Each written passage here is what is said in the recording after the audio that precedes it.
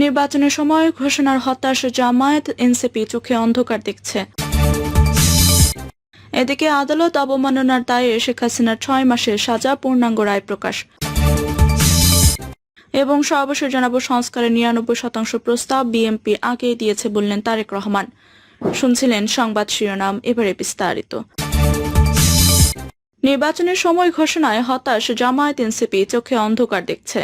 নির্বাচনের সময়সীমা বা রোডম্যাপ ঘোষণা নিয়ে সরকারের ভেতরে চরম উত্তেজনা চলে আসছিল কয়েকদিন ধরে। জামায়াত এবং এনসিপি প্রাণপণে চাইছিল প্রধান উপদেষ্টার এই সংক্রান্ত ঘোষণা ঠেকিয়ে রাখতে, অবশেষে ব্যর্থ হয়েছে। 5ই আগস্ট জাতির উদ্দেশ্যে দেওয়া ভাষণে প্রধান উপদেষ্টা ডক্টর মোহাম্মদ ইউনূস নির্বাচনের সময়সীমা ঘোষণা করেছেন এবং বলেছেন এটি এখন সরকারের প্রধান কাজ। প্রধান উপদেষ্টার এমন ঘোষণায় অত্যন্ত হতাশ হয়েছেন জামায়াত ইসলামী এবং ছাত্রদের নবগঠিত জাতীয় নাগরিক পার্টির নেতারা। তাৎক্ষণিক প্রতিক্রিয়ায় প্রধান উপদেষ্টার এই ঘোষণাকে বিএনপির ইচ্ছে পূরণ বলে আখ্যায়িত করেছে এনসিপি। অন্যদিকে জামায়াত বলছে নির্বাচনের সময় ঘোষণার ব্যাপারে প্রধান উপদেষ্টা তাদের সঙ্গে আগাম আলোচনা করেননি, এতে তারা হতাশ। সূত্রমতে দল দুটি নেতারা এমন পরিস্থিতিতে কি করবেন ভেবে কুল পাচ্ছেন না। এককভাবে নির্বাচনে অংশ নিলে এনসিপির কোনো আসন পাওয়া দূরের কথা, প্রায় সব নেতারই জামানত বাজেয়াপ্ত হওয়ার আশঙ্কা রয়েছে। অন্যদিকে জামায়াত নেতারাও আশঙ্কা করছেন নির্বাচনে বিএনপি-মুখী জোয়ার তৈরি হতে পারে, তাতে কাঙ্ক্ষিত সংখ্যক আসন পাওয়ার সম্ভাবনা তাদের নেই। অর্থাৎ অল্প কয়েকটি আসন নিয়ে সন্তুষ্ট থাকতে হতে পারে। তার চেয়ে বড় কথা হলো প্রধান বিরোধী দলের আসনে বসার যে সম্ভাবনা ইতিপূর্বে তৈরি হয়েছিল সেটিও হাতছাড়া হওয়ার আশঙ্কা দেখা দিয়েছে। বিএনপির সঙ্গে বৈরী সম্পর্কের কারণেই মূলত এমন আশঙ্কা তৈরি হয়েছে। জামায়াত এবং এনসিপি ইতিপূর্বে হিসাব নিকাশ ছিল আওয়ামী লীগকে রাজনৈতিকভাবে নিষিদ্ধ ও নির্বাচনে অযোগ্য ঘোষণা করা হলে ক্ষমতাচ্যুত এই দলটি নেতাকর্মীরা তাদের দিকে মোড় নেবে, যেহেতু বিএনপিতে স্থান পাওয়ার সুযোগ নেই বা খুবই সীমিত। আওয়ামী লীগ নেতাকর্মীরা নিজেদের নিরাপত্তার খাতিরেই বাধ্য হয়ে জামায়াত এনসিপিতে যোগ দেবে। বাস্তবে দেখা যাচ্ছে ফল হচ্ছে উল্টো। আওয়ামী লীগের নেতাকর্মী, সমর্থক ও ভোটারদের বেশিরভাগই অন্য কোনো রাজনৈতিক দলে যোগ দিতে আগ্রহী নয়, তার চেয়ে বরং এরা আন্ডারগ্রাউন্ডে থাকাটাকেই অগ্রাধিকার দিচ্ছে। অবশ্য একটি অংশ গ্রেফতার কারাগারের পরিবর্তে স্বাভাবিক জীবনযাপনের পথকে বেছে নেওয়ার চেষ্টা করছে। কিন্তু এরা বেশিরভাগই জামায়াত এনসিপির পরিবর্তে বিপরীতমুখী শুরুর দিকে পিঠ বাঁচাতে কিছু আওয়ামী লীগের জামায়াত এনসিপির ফর্ম পূরণ করলেও পরে তারা অনেকে আবার গতি পরিবর্তন করে বিএনপির দিকে চলে গেছে। বিএনপিতে পদ পদবি না পেলেও নিজেদের নিরাপত্তার খাতিরেই এই দলের সঙ্গে যুক্ত থাকার চেষ্টা করেছে। জামায়াতের জন্য এটাও বড় একটা সমস্যা ছিল না যদি বিএনপির সঙ্গে সম্পর্কটা তাদের ভালো থাকতো। জামায়াত নেতারা আশঙ্কা করছেন আওয়ামী লীগ দলীয় প্রতীকে নির্বাচন করতে না পারলেও আওয়ামী লীগের ভোটারদের তো আটকানো যাবে না। সেক্ষেত্রে আওয়ামী লীগের ভোটাররা যৌথভাবে তাদের পছন্দের সমমনা কোনো প্রতীকে ভোট দেওয়ার কৌশল নিতে পারে। এমন পরিস্থিতি দেখা দিলে জামায়াতের প্রধান বিরোধী দল হওয়ার সম্ভাবনা আর থাকবে না। বস্তুত এটি এই মুহূর্তে জামায়াতের মাথা ব্যথার বড় একটি কারণ। মূলত এই কারণেই নির্বাচন ঠেকানোর আপ্রাণ চেষ্টা করে আসছিল দলটি। জামায়াত এবং এনসিপি আশা করেনি এত দ্রুত নির্বাচন অনুষ্ঠিত হবে, যদিও লন্ডনে তারেক রহমানের সঙ্গে ডক্টর মোহাম্মদ ইউনূসের বৈঠকে নির্বাচনের সময় নিয়ে চূড়ান্ত সমঝোতা হয়ে গেছে। লন্ডন বৈঠকের পর নির্বাচন নিয়ে বিএনপি নেতাদের মধ্যকার অনিশ্চয়তা কেটে যায়। তারা নিশ্চিত হয়ে যান নির্ধারিত সময়ে নির্বাচন অনুষ্ঠিত হবে। কিন্তু জামায়াত এনসিপি এর পরও ধরে নিয়েছিল সংস্কার ও বিচার ইস্যুতে নির্বাচন নিয়ে জটিলতা তৈরি করতে সক্ষম হবে নেতারা। এটি মাথায় রেখে পিআর পদ্ধতি সহ বিতর্কিত ইস্যুগুলোতে অনড় অবস্থান নেয় তারা, যেগুলো মেনে নিতে বিএনপি মোটেই রাজি নয়। অবশেষে এই কৌশলেও কাজ হলো না। আদতে গত এক সপ্তাহে যা ঘটেছে এর জন্য জামায়াত এবং এনসিপি নেতারা মোটেও প্রস্তুত ছিলেন না। বস্তুত নির্বাচন অনুষ্ঠিত হওয়ার অর্থ দ্বারায় গত এক বছর ধরে দল দুটি রাষ্ট্রীয় ক্ষমতায় যে সুযোগ সুবিধা ভোগ করছিল তা থেকে পুরোপুরি ছিটকে পড়া। শুধু এটাই নয়, নির্বাচন পরবর্তী পরিস্থিতি তাদের জন্য মোটেই অনুকূল হবে না, এটা তারা বুঝতে পারছেন। সামনের দিনগুলো বরং তাদের জন্য একেবারেই অন্ধকারাচ্ছন্ন। জুলাই অভ্যুত্থানে ছাত্র জনতার অভ্যুত্থানে নিহত আহতদের একটি বড় অংশ ছিল, যদিও বিএনপি এবং এর অঙ্গ সংগঠনগুলোর গণহারে গ্রেফতার হয়েছে এই দলটির শীর্ষ নেতৃত্ব সহ বিভিন্ন সারির নেতাকর্মীরা। কিন্তু 5ই আগস্ট 2024-এর পর অনেকটা হঠাৎ করে কতিপয় সমন্বয়ক অভ্যুত্থানের পুরো কৃতিত্ব নিজেদের দখলে নিয়ে যায়। এটা ছিল যুক্তরাষ্ট্র সহ পশ্চিমা দেশগুলোর খেলার চাল। সামনে কিছু সমন্বয়ক এবং পেছনে জামায়াতকে দিয়ে তারা পুরো ছাত্র জনতার অভ্যুত্থানকে নিজেদের হাতের মুঠোয় নিয়ে নেয়। ডক্টর মোহাম্মদ ইউনূসকে ক্ষমতার চেয়ারে বসানোর ব্যবস্থা করে। বিএনপিকে মাইনাস করার পুরনো খেলায় মেতে ওঠে যুক্তরাষ্ট্র। ডক্টর ইউনূসকে শোপিস হিসেবে রেখে এ কাজে মূল ভূমিকা পালন করে জামায়াত।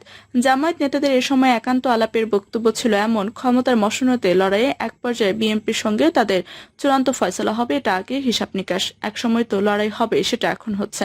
শীর্ষনিউজ.com-এর এক প্রতিবেদনের সঙ্গে একাধিক জামায়াত নেতা এমন মন্তব্য করেছেন অন্তর্বর্তী সরকারের শুরুর দিকে, যখন তাদের প্রশ্ন করা হয়েছিল দীর্ঘকালের আওয়ামী ঝড়ঝাপটায় বিএনপির ছায়াতলে থেকে এখন উল্টো বিএনপিকে ম্যানেজ করার খেলায় নেমেছে নেমেছে, এর কারণ কি? এই প্রশ্নের জবাবে দেখা গেছে ওই সময় জামায়াত নেতারা প্রত্যেক বিএনপিকে চ্যালেঞ্জ দেওয়ার মতো পাল্টা সংগঠন দাঁড় করানোর কাজে এতটা ব্যস্ত হয়ে পড়েছিলেন যে কথা বলার বা প্রশ্নের জবাব দেওয়ার মতো সময় তাদের ছিল না। একদিকে মাঠ পর্যায়ে জামায়াতের লাখ লাখ নতুন প্রাথমিক সদস্য পদের ফর্ম পূরণের কাজ চলে, অন্যদিকে সরকারি দফতরগুলো একে একে প্রায় সবাই নিজেদের নিয়ন্ত্রণে নিয়ে নেওয়া হয় অন্তর্বর্তী সরকার শীর্ষ মহলের সহযোগিতায়। এটি করতে গিয়ে আওয়ামী ফ্যাসিস্ট ও দুর্নীতিবাদ চিহ্নিত সরকারি কর্মকর্তাদেরও নিজেদের দলে ফেরায় জামায়াত। এই কাজে নেতৃত্ব দেন আলী ইমাম মজুমদার সহ কয়েকজন উপদেষ্টা ও শীর্ষ আমলা। এরা মূলত প্রত্যেকে এসব দলাদলি কলা কৌশলের মাধ্যমে নিজেদের ব্যক্তিগত স্বার্থ হাসিল করে নেন। পরবর্তী মাঝ থেকে বেকায়দায় পড়ে যায় জামায়াত, এমনকি অন্তর্বর্তী সরকারও। প্রশাসন সহ বিভিন্ন দফতরে আওয়ামী কর্মকর্তাদের পুনর্বাসন করতে গিয়ে অন্তর্বর্তী সরকারের ভাবমূর্তি মারাত্মকভাবে ক্ষুণ্ণ হয়। জুলাই অভ্যুত্থানের চেতনা ভুলণ্ঠিত হয়, সংস্কার কার্যক্রমে হাতই দেওয়া যায়নি। দেশবাসী চরমভাবে হতাশ হয়েছে। বিএনপি মাইনাস কর্মসূচি এই মুহূর্তে তাদের যে একটা বড় ভুল খেলা ছিল, এটা জামায়াত পরে বুঝতে পেরেছে, কিন্তু ইতিমধ্যে জল অনেক দূর গড়িয়ে গেছে, যা শুধরানোর মতো আর সময় ছিল না। অসময় হলেও জামায়াতের পরে চেষ্টা করেছে বিএনপির সঙ্গে সমস্যা মিটিয়ে ফেলতে। জামায়াতের আমির ডক্টর শফিকুর রহমান লন্ডন পর্যন্ত উড়ে গিয়েছেন, খালেদা জিয়া তারেক রহমানের সঙ্গে সাক্ষাৎ করেছেন। তবে বিএনপির সঙ্গে কেন এভাবে বেইমানি করা হলো, এই প্রশ্নের জবাবে জামায়াত আমির দিতে পারেননি, যে কারণে সমঝোতার চেষ্টা অবশেষে ভেস্তে গেছে। বিএনপি স্থায়ী কমিটির প্রভাবশালী সদস্য সালাউদ্দিন আহমেদ সম্প্রতি এক সাক্ষাৎকারে সরাসরি বলেছেন জামায়াতের সঙ্গে নির্বাচনী জোটের সম্ভাবনা নেই, বরং তিনি এনসিপির জন্য দরজা খোলা আছে বলে জানিয়েছেন। যদিও এনসিপি নেতারা ওই সময় তাৎক্ষণিক প্রতিক্রিয়ায় বিএনপিতে আসন ভিক্ষা নেবেন না বলে জানিয়েছিলেন, অবশেষে এখন আসনের জন্য বিএনপির কাছে ধর্ণা দিচ্ছেন জানিয়ে সংশ্লিষ্ট সূত্র। তবে রাজনৈতিক বিশ্লেষকদের মতে এনসিপির নেতারা শীর্ষ থেকে মাঠ পর্যায় পর্যন্ত চাঁদাবাজি, টেন্ডারবাজি, তদবির, বাণিজ্য প্রভৃতি এত অপকর্ম করেছে যে এদের অধিকাংশ নির্বাচন শেষ হওয়া পর্যন্ত দেশে থাকতে পারবেন না বা থাকবেন না। বিএনপির কাছ থেকে দান হিসেবে কয়েকটি আসন পেলেও এটা তাদের অস্তিত্ব রক্ষায় খুব একটা কাজে দেবে না। মূলত এই কারণে এনসিপি নেতারা চরম হতাশার মধ্যে আছেন এখন। হতাশা এতটা তাদের গ্রাস করেছে যে বহুল কাঙ্ক্ষিত এই জুলাই ঘোষণার সময় দল বেঁধে সাগর পাড়ে গেছেন ঘুরতে, যারা জুলাই অভ্যুত্থানকে নিজেদের একক কৃতিত্ব দাবি করে থাকেন। বিশ্লেষকদের মতে এনসিপি নেতাদের কাছে রাজনীতি মুখ্য নয়, প্রায় প্রত্যেকেই ভালোভাবে আখের গুছিয়ে নিয়েছেন। গত এক বছরে বিদেশে উড়াল দেওয়ার প্রস্তুতি নিয়েও রেখেছেন। কিন্তু জামায়াতের তো এটা সম্ভব নয়, দেশ থেকে রাজনৈতিক পরিস্থিতি মোকাবেলা করতে হবে তাদের। আর এই কারণে চোখে পুরো অন্ধকার দেখছে দলটির নেতারা, বিশেষ করে গত 5ই আগস্ট নির্বাচনের সময় ঘোষণার পর থেকে। আদালত অবমাননার দায়ে শেখ হাসিনার 6 মাসের সাজা, পূর্ণাঙ্গ রায় প্রকাশ। ভিকটিম, সাক্ষী ও তদন্ত কর্মকর্তাদের হুমকি দেওয়ার বিচার বাধাগ্রস্ত করার শামিল বলে পর্যবেক্ষণ দিয়েছেন আন্তর্জাতিক অপরাধ ট্রাইব্যুনাল। আদালত অবমাননায় শেখ হাসিনার 6 মাসের সাজার পূর্ণাঙ্গ রায় এ পর্যবেক্ষণ এসেছে। শনিবার রায়ের পর্যবেক্ষণের বিষয়টি প্রসিকিউশন সূত্র নিশ্চিত করেছে। এই রায়ের অনুলিপি আইজিপিকে পাঠানো হয়েছে বলে জানিয়েছেন প্রসিকিউটর কাজী এম.এইচ. তামিম। এর আগে গত 2 জুলাই আদালত অবমাননার মামলায় ছাত্র জনতার গণ অভ্যুত্থানের মুখে পালিয়ে যাওয়া শাসক শেখ হাসিনাকে 6 মাসের ও গাইবান্ধার গোবিন্দগঞ্জের শাকিল আকন্দ বুলবুলকে 2 মাসের কারাদণ্ড দেন ট্রাইব্যুনাল। ট্রাইব্যুনালের বিচার প্রক্রিয়া বাধাগ্রস্ত করা, মামলার বাদী সাক্ষীদের ভয়ভীতি দেখানো ও হুমকি দেয় ট্রাইব্যুনাল আইনের সাজা দেওয়া হয়। বিচারপতি মোহাম্মদ গোলাম মুর্তজা মজুমদারের নেতৃত্বে 3 সদস্যের ট্রাইব্যুনাল এ রায় দেন। ট্রাইব্যুনালের অপর 2 সদস্য হলেন বিচারপতি শফিউল আলম মাহমুদ ও বিচারপতি মুহিতুল হক চৌধুরী। তারা আদালতে আত্মসমর্পণের পর বা তারা যেদিন গ্রেফতার হবেন সেদিন থেকে সাজা কার্যকর হবে। এই প্রথম কোনো মামলায় শেখ হাসিনাকে সাজা দিলেন বাংলাদেশের কোনো আদালত। দেশে পট পরিবর্তনের পর আন্তর্জাতিক অপরাধ ট্রাইব্যুনালে এটাই প্রথম সাজার রায়। গত 19 জুন ছাত্র জনতার গণ অভ্যুত্থানের মুখে পালিয়ে যাওয়া স্বৈরশাসক প্রধানমন্ত্রী শেখ হাসিনার বিরুদ্ধে আদালত অবমাননার মামলার বিচারের স্বচ্ছতার স্বার্থে সুপ্রিম কোর্টের জ্যেষ্ঠ আইনজীবী ওয়াই মশিউজ্জামানকে এমিকাস কিউরি নিয়োগ দেন আন্তর্জাতিক অপরাধ ট্রাইব্যুনাল। গত 3 জুন ছাত্র জনতার অভ্যুত্থানের মুখে পালিয়ে যাওয়া স্বৈরশাসক প্রধানমন্ত্রী শেখ হাসিনার বিরুদ্ধে আন্তর্জাতিক অপরাধ ট্রাইব্যুনালে হওয়া আদালত অবমাননার মামলার শুনানির জন্য দিন ধার্য করা হয়।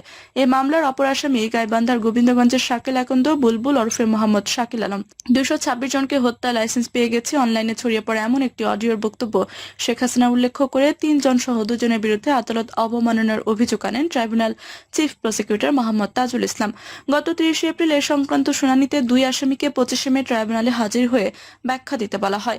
ধার্য তারিখে তারা হাজির হননি কিংবা আইনজীবীর মাধ্যমেও ব্যাখ্যা দেননি। সেদিন ট্রাইব্যুনালে 2 আসামিকে সশরীরে হাজির হয়ে অভিযোগের বিষয়ে জবাব দেওয়ার জন্য সংবাদপত্রে বিজ্ঞপ্তি দিতে নির্দেশ দেন।